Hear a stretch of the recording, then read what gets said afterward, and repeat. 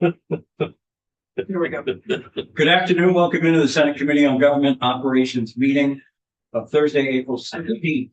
We have 3 items up for our consideration today. The first of which is H 567, an act relating to unclaimed property, state retirement systems, and capital debt. And we have David Shear, the Deputy Treasurer, with us today. And Rebecca Wasserman is also on Zoom, who's the Director of Economic Empowerment at the office. I love that, right? That's great. And our legislative counsel is with us as well. I don't know whether this will help or hurt the questioning. I have concerns about the higher education trust fund. And I think I've expressed that to those to David. I think the rest of the bill, for me at least, is not particularly troublesome.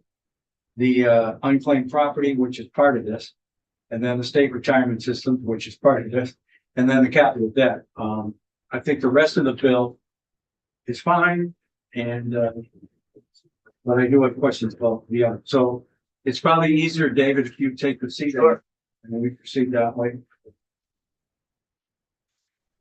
If people did save this, I'm referring to the handout that we received quite a while ago. It should be easy to find because it's Large. big and it's colorful. And so I think that's the concern is that no one wants to be rating the higher ed trust fund. So how does this not like this passing? That's a great question, Senator. Hang on, let me just get this sorted out real quick. Can I ask you just a purely, I hope technical question, but who is the sort of head of the higher ed trust fund? Who is in charge of it? It's a great question. There is a committee that meets to decide about disbursements that happen each year. So one of which is mandatory, one of which is discretionary. I have with me the report, the most recent report on the higher ed trust fund, and I'm not immediately finding the makeup of that committee, but I can certainly get that to you. It includes our office, the Secretary of Administration, and I think 3 other entities. Sorry, I don't have that right at the top of mind, That's okay. but I can certainly get that information. Thank you. So one of the changes is to up the amount of the unclaimed property from $100 to $150. And that will be eligible to be transferred. I'm referring to the, I don't know if you had page, yes, page 8 on your handout earlier, which shows the impacts to the higher education endowment trust fund. And my question is in that box on the right-hand side, is everybody there? Mm-hmm. We started at 21 with 128,000 being sent there, then 109 and 103, then 134, 47. What was it in 2026? We don't know. We're in that year. So we don't know what the final is going to be yet. Before that. Okay, and that's going to end in fiscal year? Yeah, that's right. Okay, so you don't have any sort of premonition about whether it'll meet last year's total of 147,000 or not? My premonition would be that it would be in the neighborhood of last year's. So with that in mind, if now we look to the other chart to the left, you'll see in FY27 that the amount will be shrunk from whatever it is this year. I'm going to say it's 140 down to 57,000. To me, that represents a shortfall for the education trust fund. And I'm wondering, then it goes to 96 and then 161, but that's in FY29.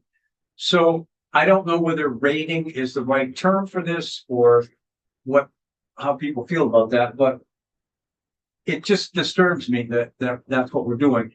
And I'm wondering how short are the administrative costs for Vermont Saves? In other words, if it's working the way it was intended to, and people are signing up to do it, I don't understand why you need more money. So I have a brief presentation, which I think will answer every single one of your Okay, questions. that's fair. Mind if I? No, take- I'm gonna, also see whether Senator Bielski has a, I can wait, I do, but I can wait until okay. David answers your questions. Thank you. Again, I'm trying to be No, I objective and totally fair. understand. I appreciate your questions, and I think they're very reasonable, and we care about the higher ed trust fund too, and want to make sure that it is being treated fairly and kept whole, which we very much believe it is. We don't believe that this is of the nature of rating the higher ed trust. Okay. Just very brief overview. I know you know this. We talked about the VT Saves numbers. They have increased dramatically over the last 16 months, which is the operational span of the program. I would note as a matter of background that our initial request for resources to start the program was far less than it was for other states. So there's been an intentional focus on maintaining low costs here. And although, ultimately, so for example, the state of Maine, when they started their version of this program, we're part of a consortium of states. It's basically providing the same service to their residents. Maine is one of them. They asked for 1.5 million. We asked for 750,000. So we've been trying to run a lean operation. The reality is it will take a little more funding until the assets under management and the fee structure related to the each of the accounts is throwing off enough money to make it self-sustaining. So that is the problem we're here to solve. And I think, looking at the treasurer's philosophy, he's always looking for initiatives with high impact for Vermonters while keeping costs as low as possible. It's true of Vermont Saves as a whole, and we believe it's true of this proposed solution. We were just looking at this, so I won't belabor this point. This is how the allocations will happen. Mhm. So the impact, so there's two main things to think about when we're thinking about the higher ed trust fund. One is the impact on the transfers, and then of course, the impact on the higher ed trust fund itself. Those are related, of course, but I want to take each one in turn. Impact on the transfers. So over in the duration of this proposal, VT Saves will receive $706,000. We believe that that will be enough to, not all at once, of course, each year in diminishing amounts as we look at that chart. We believe that that will be enough to bring it to the point of self-sustainability. The higher ed trust fund over the course of this proposal will receive more than $3 million. Even if you look at just the 5 years in which we believe it will take to ramp up, it's still receiving more, over $1 million than VT Saves. So we really tried to structure this in a way where the higher ed trust fund is not just being kept whole, but is benefiting. And as I mentioned before, the beneficiaries do not object to this proposal for these reasons in part. If we look at what would have happened in the prior 5 years that we had this program in place or had this proposal in place, what that would have done for the funding for higher ed trust funds, you can see there, the higher ed trust fund would have received more than $800,000 additional to what it receives, or what it did receive in reality, and that represents a 43% increase. So let me let me move ahead now to the impact on the higher ed trust fund. And just some brief background here. I'm guessing you know this, so I don't want to belabor it, but just to level set on what we're talking about. So the higher ed trust fund, it stands right now, the principal balance of it, the endowment of it stands at 59 million. By law, that principal can't be distributed. Only the interest that earns is distributed. And not all the interest one assumes, because you want to keep it growing. Well, sometimes all the interest, because the statute mandates that 5% be distributed among the three institutions or the scholarships that the three institutions hand out. If it is possible that there could be a year where it doesn't earn a full 5%, in those years, you distribute everything up to the point where you hit the principal. You never distribute the principal, you hold that whole. And you would distribute everything you could up to the point where you hit the principal. So if it only earns, say, 3%, you would divide 3% by 3 and distribute that. Happy to follow up more. And so the growth is represented by what comes into it through unclaimed property. We're getting there. Yes, in part.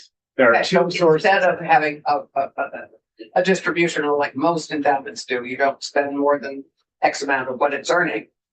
The income to the higher ed trust fund is through the unclaimed property. It is through you'll see in a second. It's Okay, sorry. a very small percentage through unclaimed property. The vast majority of the principal comes from the estate tax windfalls that happen every once in a while. That's the vast Right, majority. that's how the endowment is grown. That goes in whole to the higher ed trust fund. The estate tax. No, so what happens with the estate tax is every year, as I understand it, the E-board makes a projection about how much estate tax they think should come into the state. Everything over 125% of that projection goes into this fund. So And we've had some great years. especially recently. So Yeah, yeah, so generally speaking, it's not like all the estate tax goes in here. It's only these Yeah, windfall no, years it where you get far above what the E-board budgeted or predicted. And so but you are right that all the UP transfers add to the principal. So if you have an up year for the UP transfers, it doesn't mean that there's more scholarship money being distributed that year. If you have a down year, it doesn't mean there's less scholarship money. It's just changing how much is going into that principal chunk. And ultimately that principal chunk throws off interest, earned interest, and that's what gets distributed. And so I mentioned the distributions there, which I think you're familiar with. the distributions are what we have on this other. I can show you a chart of that too. This is the annual contributions to total principal over the entire lifetime of the fund. And so you can see there, we've got, I put some percentage markers where we had especially large years of increase. 39% in 2011, had a big one in 2021, 11%, of course, had a very large one in 2025, where it went up another 44%. So that's where the bulk of the income to the principal of the fund, the endowment, is coming from. And so I guess I just so missed. So the distribution, so the amount spent on the three areas of scholarship were how much last year? What was our total scholarship money that was enabled through the higher ed trust fund last year? It was 1.8 million in total, a little bit more than 1.8 million. So each of those institutions received 621,000 to distribute in scholarship. And there's also an optional 2% distribution, which goes to capital expenses only. And that's not for VSAC because they're not an institution they're not a campus in the same way, but the other two, UVM and VSU, get an option. The board that runs the higher ed endowment trust fund can choose to disperse 2% if they desire.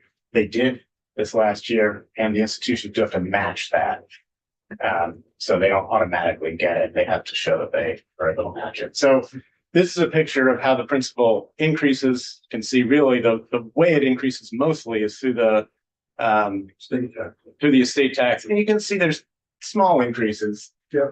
They are quite small in terms of the UP transfers to the higher ed trust fund. This is in contrast to the real estate or the estate tax windfalls. You see, these are really quite small numbers. I bring that up not to minimize the importance of these transfers. We believe that they are important and our proposal will increase them.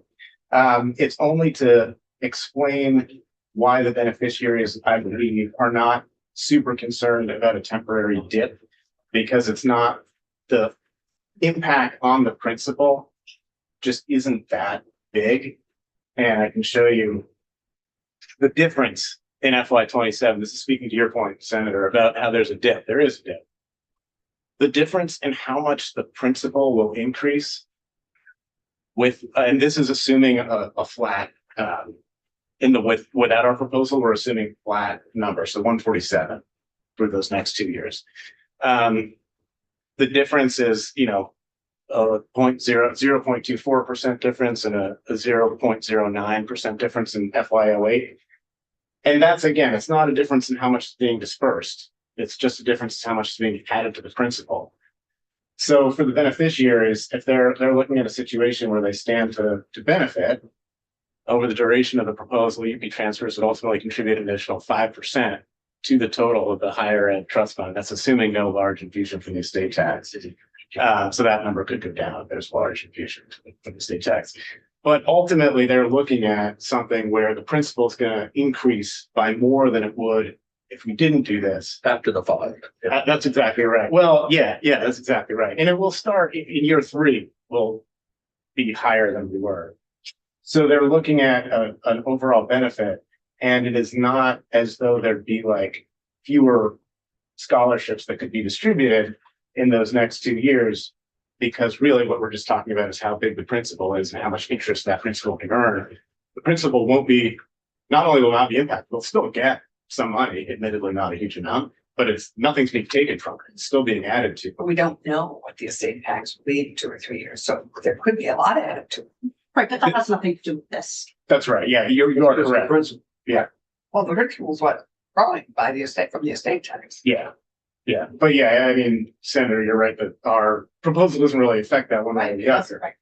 But the point is that I we got that. are, at no point do we shrink the principal under this proposal. We continue to grow it. There's no rating happening here. It does grow at a slow rate for a couple of years, but the overall impact is quite positive. And as you can see from the historical look back 5 years, it's 43% higher than if we'd had this in place, they would have gotten 43. 160 instead of 100. Exactly. So in the future years, it's just gonna be more money. Okay, I know Senator Bielovsky had a question. How much are we paying? Are we paying a company to sort of administrate the Vermont Saves program? Yes, we are. So and I will probably phone a friend here if that's okay with you. Sure. Director Wasserman has the details. I'll just introduce it real quick. We are in a consortium of states, the Colorado Secure Savings Program. And we do contract with Vestwell, which serves as the program administrator. And we, in this other consortium of states, because Delaware, Maine, Nevada, and Minnesota, there is sort of a free fee structure that has been agreed to with the entire consortium.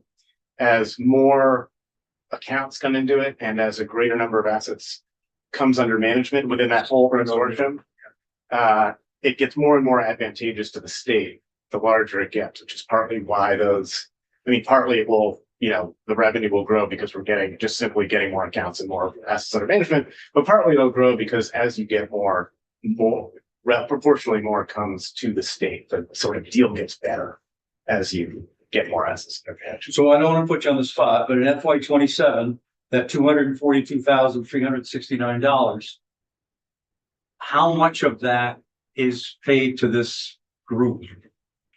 Let me now phone a friend Okay. to Becky Wasserman, our director, will have more details about how the budget of the program Okay. actually operates. Yeah. Hi, Becky Wasserman, Office of the State Treasurer. So in answer to your question, the state of Vermont, the Treasurer's Office doesn't pay any fees to Vestwell, which is the program administrator. The fees that are generated are account-based fees. So it's a hybrid fee model. There's a dollar-based fee on every account and an asset-based fee.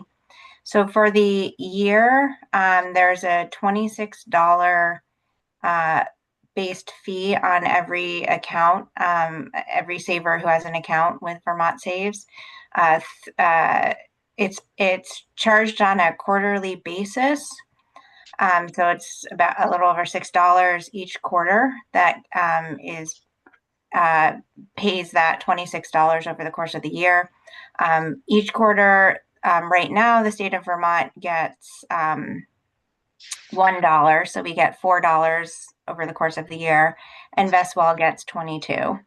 There's also an asset-based fee that's around 0.32%, and that is also split. I believe it's 0.05% going to the state and the rest going to Vestwell. And is that an annual contract, Becky, that we might, I don't want to say get a better deal, but renegotiate at some point? I will need to get back to you about the length of the contract. I believe it was a typical 3-year contract with the ability to extend for a certain number of 1-year extensions.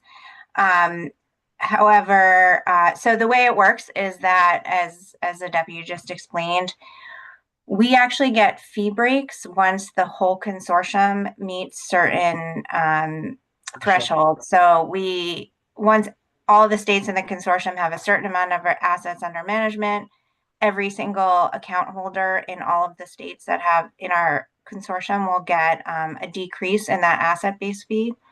And same with the account-based fee, the dollar-based fee. There'll also be a threshold once we get a certain number of accounts under management that those will decrease. And we anticipate that by the end of this year, that dollar-based fee will actually go down for all the states in the consortium because we are getting close to hitting that number of accounts under management. Okay, excuse me for interrupting. How many other states are in the consortium? I know you mentioned Maine. Maine and Colorado. Maine, Colorado, Delaware, Nevada, Minnesota, and I think we'll be, there's an RFP for another state that we are hopefully going to, we'll see if they'll join our consortium. There's also another consortium between the states of Rhode Island, Connecticut, and Hawaii. Okay, thank you. Senator Bielski, I hope I didn't take too much time asking my questions because you certainly are welcome to. No, my questions were actually answered, though I do have I'm curious why we would never touch the principal and just allow it to keep growing larger and larger and larger. Although I think UVM does want to touch the principal for a different I was project. wondering about that. If it's the $28 million that I'm thinking of. Yes, it they are, which is not. But I can imagine like in a year where it doesn't get to the 5%, it might make sense. We probably put it in statute. I think it is. I'm just curious what the logic behind it is. You know, I think it's a philosophical decision that the legislature made that we're going to protect this principle no matter what. And I think my guess is that they were thinking once like, how do you draw the line? Like if the principle gets drawn down too much and you don't hit that 5% one year, do you still draw it down more? I mean, it's just, I think my guess is that they were feeling like that's a clear line. That's it. If you don't make that 5%, you're not going to distribute and you're not to debate it. That makes sense. And then the distributions are split evenly to the three schools, even though tuition at UVM is significantly higher than tuition at the state universities. They are switching. Yeah. Okay, so And VSAT. Two schools at VSAT. and then so I assume that the awards that go out are the same regardless of if you're paying UVM's $30,000+ tuition or Vermont State College's. I don't actually know what they're doing. Yeah, that's a very good like question. 8 or 10,000. Is this the Gilman Award? Is that what comes out? Or is it? Yeah. So Now you see why I wanted to know who runs this fund. So, oh yeah, I do have that answer. The council members on the fund are the BSAC, an appointee of the Speaker of the House, the Vermont Business Roundtable, the University of Vermont, an appointee of the Committee on Committees, Vermont State Colleges, now Vermont State University, and the Association of Vermont Independent Colleges. That is, We have it. Independent I college. mean, barely. Middlebury, Middlebury, Bennington, Bennington, Operation Heights. Yeah. St. Mike's. So in the higher ed trust fund report, which I believe I sent Landmark. the committee assistant, but I can distribute to you directly. They have the breakdown of student awards for each of the institutions. So I would refer you to that for full information on how they made their distributions. I will take a look at that then. It just seems to me that someone going to UVM with a tuition that's 3 times higher is not gonna, if you just hand them the same amount of money, it doesn't have as much of an impact. All the grants are not the same amount, so my guess is it's on an individual need basis, so they may actually get a higher percent of what their need is. And would UVM theoretically need a higher percent of the They get what they get and they choose how to distribute it. So we're just not helping students go to UVM as much as we are. We already help them in so many other ways. I'll just remind the committee again, that's not one. I know. Well, you How's know, UVM? I gotta say, and you could tell Mike this, you and Becky did a good job, at least assuaging some of my concerns. And I think I don't feel like it's rating. well, maybe that was a strong word, but No, it seemed but I like mean, it. that was the word that we had been using all all of us. So it's good to know how it's used and how it comes out. Yeah, as I understand it, it's not taking anything out. It is simply for 2 years, putting slightly less in, and then over time, actually putting more in. Right. I should have just said that. And And I understand why you use 13 years. That's a really good, bigger bang for your buck. I get it. exactly, but also where the money mostly comes from, which is from the estate tax. And That's yeah, right. it's such a So, tiny I percentage of mean, what. so we're not influencing the vast amount of money that goes into it. That's mostly through the estate. That's tax. exactly right. So that makes me feel even better. I mean, not the dying people. We're talking feel big better. numbers, I think, when we just look at what's in front of us, but when we compare it to the bigger picture, we're really sort of Yeah. talking about pennies on the dollar. Any other questions for, Mr. Shearer? Senator White? Thank you, Mr. Chair, and I apologize for missing the first bit, but I appreciate, I had gone over, Treasurer Peach had sent me some information because I had questions. And I just appreciate, I don't know if you covered this before I got here, but I'm fully supportive of this bill. And I think one of the concerns was, is this a sign that Vermont Saves isn't functioning properly? And I think what I heard was, no, that's not what this is. This is not to remedy some structural failure and that we're gonna have to continue to come back. The program is working as intended and people are getting the benefit. Well, they aren't getting the benefit right now, but they're setting themselves up to get the benefits in the appropriate way. So I don't know if you said that, but I appreciate the treasurer taking time to explain. the implications. Here, and emailing us, which Yeah, which that's was really great. cool. I also think it's very exciting that the program is growing as fast. Yeah, as it's growing. I think, Becky, whatever you've done to manage it as well as you've done, I think you really should be applauded. It's doing exactly what we hoped it would do. Yeah. Creating a savings program for people who need it and didn't have it and didn't have access to one otherwise. That's exactly right. Yeah. I would, Any other questions for David? Okay, I don't think we'll move it today, but, smooth the bumps. okay, glad to hear it, Senator. Thank you very much. Okay, let's You take made up, rough places plain. even though we're half an hour early. And Tim is not here with us yet, so maybe we have to, because as I mentioned, when we started it a little bit early, 762 is the county on regional governance, and I wanted to move that today. Yeah. And I want to move the tech bill if possible, but Maria can't be here till 3:30. I've asked her to try to shorten her presentation to a maximum of 30 minutes rather than go through all of the section by section. And I'd like to move that today. As stimulating as it would be. Well, yeah, I mean, I would personally be willing to vote on both of those bills what, today. I mean, what can you say when you've got a bill that replaces regulations with rules? It's just, Like I So- said, That's you may crazy. recall that last biennium, we actually found in the technical We did, corrections we bill did. A instances technical. that were Real, not technical corrections. Yes. Yeah, it doesn't mean don't read it. I don't know how to prevent, I mean, Well, we just look it over How- as individuals. That's yeah. how we caught it last time. It takes a little bit of people. It takes. So I scanned through it. There was nothing that shocked and I didn't notice anything. I like in the section by right, section. legislative intent from section heading because the section really only contains legislative findings.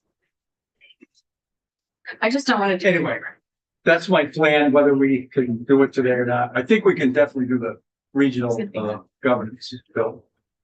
So why don't Thank you we very much. Very much. Very helpful. Appreciate it. take a 15-minute break Could you send that presentation? and we'll be back around Yes, 4:30. I will make sure it gets to Yeah, you. please make sure Lynn, I asked